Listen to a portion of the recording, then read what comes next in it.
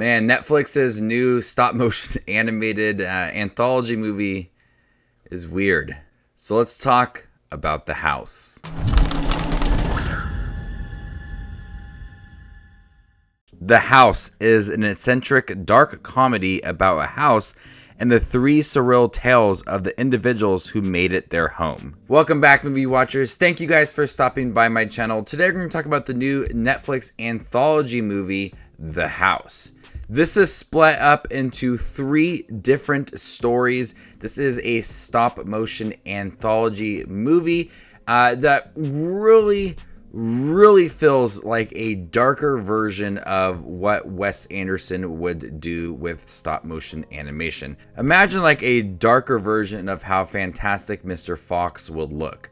It's all very clean. It's all very in frame. It is stunning to look at, but my God, this is a odd series that I was really captivated by.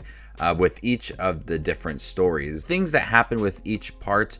There's actually quite a few different spoilers that Netflix has asked me not to ruin for you guys, and I found a few of them to be quite shocking. But at its core, The House is a dark comedy. The first story is set in the 1800s. Impoverished Raymond meets a mysterious benefactor who promises to restore both him and his family to their former status. The family soon learns that wants and desires may not always lead where you expect. This is by far the creepiest of the three. But what I did like about part one is that when we introduced to this family, in the middle of the night, Raymond meets a man, and the next morning they promise a free large house. But quickly things start to change for the family, and it gets really out of hand. We have this mystery in place within this just this first part of this family, and things are starting to just go a little weird for the family. Everybody's acting a little bit off. So within that first part, it starts to be really captivating of watching this family accept this new home. And then things just start to be really weird for them. And I love how this animation looks for the family. It's like wool, and it's the eyes are really tiny, and it just really sets itself apart from the next two parts. And this family just it looks stunning. The details to the house, the characters, it's all beautiful to look at. So the first part sets up very nicely, and each part is roughly like 30-ish minutes long, since it is only 90 minutes. But what it does so well is set up this family, and then the house, and this mysterious character too, and why is he offering them a free home. I like how this anthology movie really did set up. Part 2 is set in present day. A harassed property developer tries to make a quick sell from a renovation. However, some eerie, unexpected guests have other plans and become the catalyst to a more personal transformation.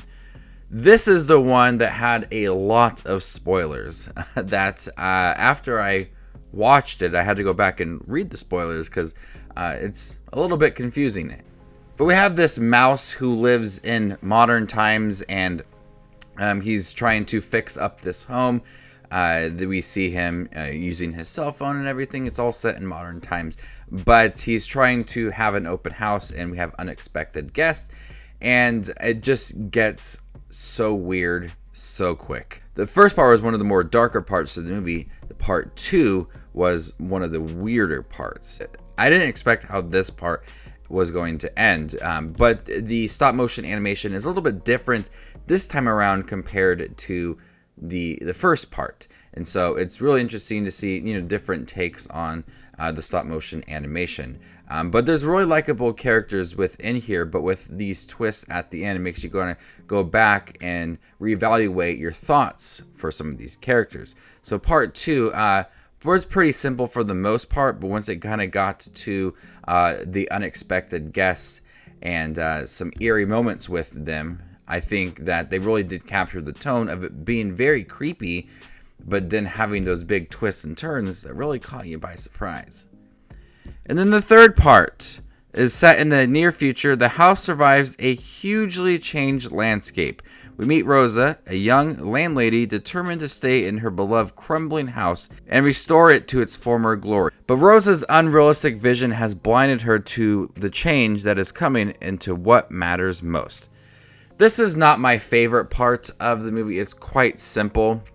It doesn't have like really any big glaring like huge reveals to it, but it's also just beautiful to look at. And one of the more realistic ones, this young landlady is seeking rent, and people want to offer like fish because they're cats, or they want to offer like crystals, just odd little things in there. But she needs money, resources to fix up this house because it is falling apart. We see kind of a circle that this house was set up, and then we see how people are trying to fix the house, and then we also see people really caring for the house. And so we see like this house almost play a character within itself within this movie. Very mysterious at first. People set inside the house having certain desires. We see people going through some changes in the second part and the third part.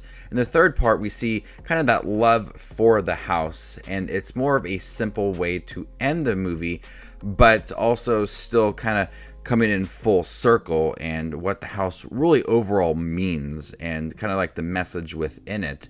So for it being quite simple, we are also able to have some really stunning moments. The cats and the house it falling apart, trying to make it look the most realistic way possible. And I really like how they kind of presented the third part of the movie. And so each part is really different from each other in terms of the way that it looks, the way that the characters are involved with the house, but overall it centers around the house. People's love for it, people wanting to get rid of it. There's different ways that they kind of interpret the house and take care of it as well. But at its core, this is a dark comedy. There's times where it is funny, at times it is disturbing, at times it is just very odd. It's very clean, it's very in frame. Like I said, it feels like a Wes Anderson style of movie, but I really did enjoy it. It was definitely an experience, something that had some highs, had some lows, but going into it, just be warned, it's not going to be for everybody. It's a little artsy, it's a little odd, got a certain like genre to it that I don't feel like everybody's going to appreciate. But if you take a step back and look at like some of the story and the characters, there's a lot to appreciate about this movie. So before I give you my score for the house, make sure to check out my channel. Here I do movie reviews, trailer reactions, ranking videos, tier lists, all that fun movie related content that you see on YouTube. I do it all here, so hit that subscribe button to get it all in one spot. I'm gonna go ahead and give The House a B+. Thank you guys for checking my review for The House, the new anthology movie on Netflix. Have you guys seen it by chance?